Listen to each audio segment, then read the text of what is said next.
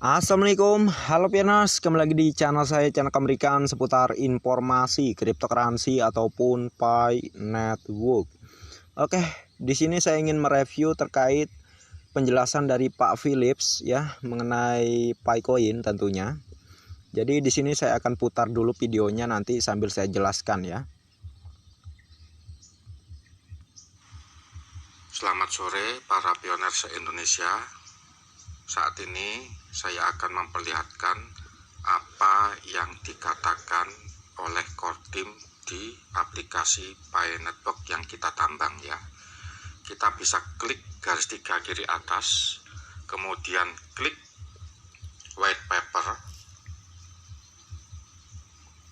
kemudian kita scroll paling bawah. Nah, di paling bawah ini ya, di fase 3 mainnet ini, di kalimat yang paling bawah, this is the fase when Pi can be connected to exchange and be exchange for other currencies. Nah, itu nanti bisa saya terjemahkan ini ya, saya terjemahkan, translate. Ya, untuk kalimat yang paling bawah adalah ini adalah fase ketika Pi dapat dihubungkan ke bursa. Bursa itu exchange, exchange itu exchanger ya, dan ditukar dengan mata uang lainnya. Jadi Pi ini masuk exchange ya, exchanger ya, seperti Indodax, Toko Kripto, Binance dan lain-lain ya. Nggak tahu nanti masuk yang di mana. Tapi yang jelas koin Pi ini nanti pasti akan masuk di exchange ya. Oke, kemudian yang kedua adalah di TOS ya. Kita klik garis 3 kiri atas, kemudian klik. Oke, terkait tadi penjelasan dari Pak Philips ya, itu menurut saya exchange yang diciptakan oleh core team di dalam ekosistemnya ya, bukan exchanger yang di luaran sana, karena sangat kecil kemungkinan Picoin ini masuk ke platform yang tidak terdaftar di dalam hackathon jaringan Pi atau yang tidak terdaftar di mana di ekosistem jaringan Pi gitu ya. Jadi kalau exchanger tersebut tidak terdaftar di dalam ekosistem Pi Network ya, maka Pi Network atau Picoin tidak bisa masuk ke situ. Yang sekarang ada di situ hanyalah Picoin IOU atau Picoin tiruan, yang mana itu memang dibuat oleh para cukong ya, yang mana mereka pun juga ingin dapat keuntungan gitu ya. Yang pasti Picoin yang asli hanya ada di wallet kita dan juga hanya ada di core team, itu yang jelas ya. Dan terkait yang disampaikan oleh Pak Philips tersebut ya, dugaan saya ya, bukan dugaan lagi sih ya, ini berdasar dari apa yang dilakukan oleh pihak core team saat ini, bahwa pihak core team menciptakan ekosistem yang kuat ya, mengadakan hackathon, menarik berbagai proyek ataupun perusahaan-perusahaan untuk bergabung dalam jaringan Pi untuk kedepannya menerima Picoin ini sebagai alat bayar gitu ya, ataupun sebagai mana di dalam ekosistem Pi ada platform yang mana kita bisa menukar Picoin ke uang fiat ya.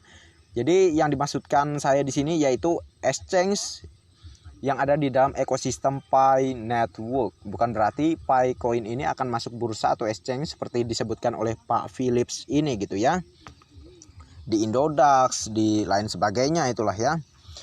Itu saya agak tidak setuju ya. Kalau misalnya tujuannya hanya untuk masuk bursa atau exchange, kenapa nggak dari kemarin ya, yang gempar-gemparnya bursa-bursa sudah saking bersemangatnya menerima Picoin sampai-sampai menciptakan Picoin IOU. Kenapa malah core team memfokuskan membangun hackathon dan menarik berbagai perusahaan ya?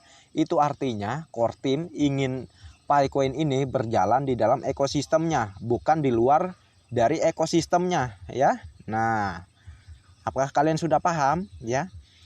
Picoin ya, core team ciptakan untuk menjadi alat bayar di dalam ekosistemnya, dan juga bisa ditukar dengan uang fiat di dalam ekosistemnya, melalui ekosistemnya.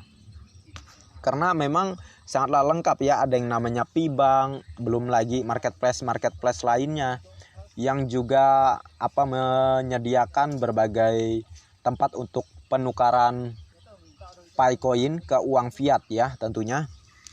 Jadi ini menurut saya sangat jelenjing banget ya, sangat tidak sesuai banget ya apa yang disampaikan oleh Pak Philips ini ya. Jadi saya rasa beliau ini membela kepada tukang serok, atau beliau ini memang tukang serok juga ya kan.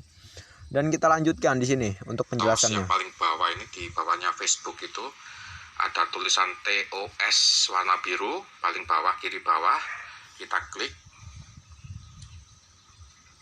Kemudian kita ke poin 7.5. Nah, ini ya. Ini kita terjemahkan juga ya.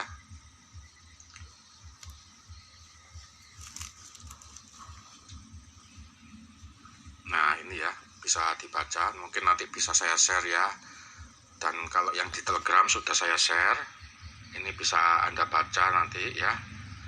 Di sini kita bisa baca, Anda juga mengakui bahwa setelah mainnet Pi menjadi aktif atau Pi terdaftar di bursa, Pi akan memiliki volatilitas yang sama dan tunduk pada faktor yang sama yang dihadapi oleh mata uang kripto lainnya ya. Jadi Pi nanti akan terdaftar di bursa. Di sini sudah ada juga ya di TOS maupun di white paper bahwa Pi akan listing di exchange bursa ya. Seperti toko kripto, Binance, Indodax dan. Nah, ini kurang tepat ya. Di sini Kortim hanya menyampaikan kalau Picoin terdaftar di bursa, maka harganya akan seperti halnya Bitcoin ataupun Ethereum ya. Harganya akan parah. Nah, kurang lebih garis besarnya seperti itu. Harganya akan parah. Jadi itulah mengapa Kortim tidak terima Picoin terdaftar di bursa atau exchange ya. Nah, ini lebih tepatnya ya.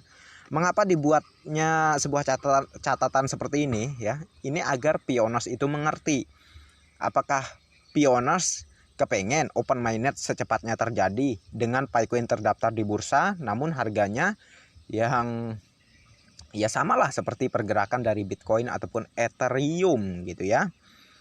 Jadi makanya pihak Kortim membangun hackathon besar-besaran, dan juga sudah jelas ya dari media beritanya Pi Network, di bulan-bulan yang akan datang akan terus dibangun hackathon ini ya, menarik berbagai perusahaan-perusahaan untuk bergabung di dalam jaringan Pi, yang mana ke depan menerima pembayaran dengan Picoin atau menerima Picoin untuk ditukar dengan uang fiat ya, yang mana ke depan nanti akan banyak perusahaan seperti ya tempat penukaran Picoin ke uang fiat gitulah ya, kurang lebih begitu. Nah, ini hanya isyarat pihak Kortim untuk menyampaikan ya. Makanya kita itu jangan berharap keburu-buru open mainnet, tetapi kita harus membangun Pi ini supaya sesuai dengan visi dan misinya dan sukses besar di fase open mainnet ke depan ya. Yang mana Pi ini harganya akan stabil. Nah, kurang lebih begitu, akan stabil dengan dipergunakannya Picoin sebagai alat bayar di dalam ekosistemnya, di lingkaran ekosistemnya, bukan ke bursa ya. Fokus Kortim bukan Picoin ini untuk masuk bursa, tidak, tetapi fokus Kortim untuk membangun proyek ini ya, untuk mengembangkan proyek ini, menciptakan Picoin sebagai uang digital atau alat bayar. Ingat, di lingkaran ekosistemnya. Bukan berarti di sini saya menyatakan Picoin akan ditukar ke, maksud saya bukan berarti saya menyampaikan Picoin akan menggantikan uang fiat di berbagai negara, enggak. Tetapi Picoin ini sebagai alat bayar, sebagai uang di lingkaran ya, di lingkaran ekosistemnya ya. Nah, jadi inilah yang mana Pak Philip ini kurang mendalami gitu ya. Dia sama-samakan Picoin sama halnya seperti cryptocurrency pada umumnya ya. Saya yakin kalau semuanya sudah beres semuanya, mungkin yang ditulis oleh pihak Kortim mengenai white paper ataupun juga di TOS ini akan dirubah lagi ke depannya sesuai dengan program yang dilakukan oleh Picoin atau Pi Network ya. Karena tujuannya yang sudah sangat jelas, menjadi uang, menjadi alat bayar di dalam ekosistemnya, bukan menjadi cryptocurrency trading. Nah, ya bukan menjadi alat trading ya, yang mana didaftarkan di bursa itu enggak. Kecil kemungkinan Picoin bisa masuk bursa ya. Tetapi dipergunakan di dalam ekosistemnya. Ya, di dalam ekosistemnya sangatlah lengkap ya. Mau ditukar ke uang fiat, ke cryptocurrency lainnya, itu udah ada yang namanya P-Exchange ya. Nah, ya sudah sangat jelas. Ya, enggak bang, Picoin akan tetap masuk bursa bang. Oh, bisa saja, tetapi kecil kemungkinan. Ya, kalau pihak Kortim tujuannya untuk masuk bursa, kok kemarin bursa-bursa udah pada gempar tuh mau nerima Picoin, kok pihak Kortim nggak membuka open mainnet. Malah pihak Kortim mengadakan hackathon besar-besaran, menarik berbagai proyek atau perusahaan untuk ke depan memfasilitasi para pioners ya. Jadi kalau sudah lengkap di dalam ekosistemnya, kenapa harus masuk bursa? Ya, realistis dikit lah ya. Realistis cuy. Oke. Jadi jangan mau tertipu ya. Jangan mau tertipu, oke? Jadi dari apa yang dijelaskan oleh Pak Philips ini membuat saya menyadari bahwa Pak Philips ini nggak jauh bedanya seperti si tukang-tukang serok yang menyamakan Picoin dengan kripto pada umumnya yang ditradingkan di bursa ya. Jadi secara tidak langsung Pak Philips ini jujur bahwa dia adalah tukang serok ya, secara tidak langsung gitu ya. Oke, kita lanjutkan apa yang disampaikan oleh Pak Philips. Ya. Di sini sudah jelas bahwa Pi akan terdaftar di bursa ya, listing, dan memiliki volatilitas yang sama dan tunduk pada faktor yang sama yang dihadapi oleh mata uang kripto lain. Nah ya, jadi secara pergerakan sih bisa dibilang ya adalah seperti halnya Bitcoin dan Ethereum ya untuk Picoin ini. Tergantung bagaimana penggunaan dari para pioners sedunia ini ya. Bagaimana cara pioners membentuk untuk Picoin ini menjadi stabil nilainya. Ya, bagaimana pioners bisa menciptakan Picoin bernilai tinggi. Itu bergantung pada pioners di fase enclosed mainnet ini. Ya, dengan cara apa? Dengan melakukan transaksi antar sama pioners atau melalui online di marketplace ya, mematok pada nilai GCP 314.159 US dollar gitu ya. Jadi untuk pergerakan harganya itu ke depan akan sangat stabil dikarenakan apa? Dia sebagai uang, sebagai alat bayar di lingkaran ekosistemnya. Ya, itulah mengapa pihak Kortim menyampaikan kepada semua pioners ya, nilai Pi tergantung kesepakatan kalian. Nah, kurang lebih begitu ya. Yang disampaikan oleh Dr. Nicholas saat diwawancarai oleh apa itu saya lupa yang mewawancarai beliau, tapi yang jelas kalian bisa tonton saja ya di video short saya atau di video biasa saya. Di video short itu ada ya, saya memposting terkait pernyataan langsung dari Dr. Nicholas Kokalis seperti itu ya. Jadi saya sarankan, meskipun Pak Philips ini mungkin ya orang lama di Picoin ya, tetapi dia agak jelenjing apa yang dia sampaikan di sini ya. Atau mungkin seperti dugaan saya tadi, Pak Philips ini juga suka menyerok Picoin milik para pioners ya, kita nggak tahu ya. Anggap saja ini sebuah dugaan saya saja ya, karena sama dari apa yang beliau jelaskan ini sama seperti halnya tukang serok lainnya ya. Tukang serok lainnya selalu menjelaskan Picoin atau selalu membandingkan Picoin dengan cryptocurrency pada umumnya. Itu modus mereka, modal mereka untuk mengelabui para pioners agar para pioners itu mau menjual Picoinnya dengan harga murah ke mereka. Ya, sama caranya seperti Pak Philips ini. Ya, makanya saya menduga Pak Philips ini juga sebagai tukang serok gitu ya. Bagaimana menurut Anda gitu ya? Kita lanjutkan. Di sini ya, sudah jelas ya. Kemudian yang di bawahnya juga, Anda mengakui resiko ini dan menyatakan bahwa social chain tidak dapat dimintai pertanggungjawaban atas fluktuasi itu naik turun harga ya, atau peningkatan biaya tersebut. Nah, rekan-rekan pioner semuanya se-Indonesia, ini sudah saya pertunjukkan di mana Kortim sudah mengatakan bahwa PAI akan terdaftar di exchange atau bursa ya.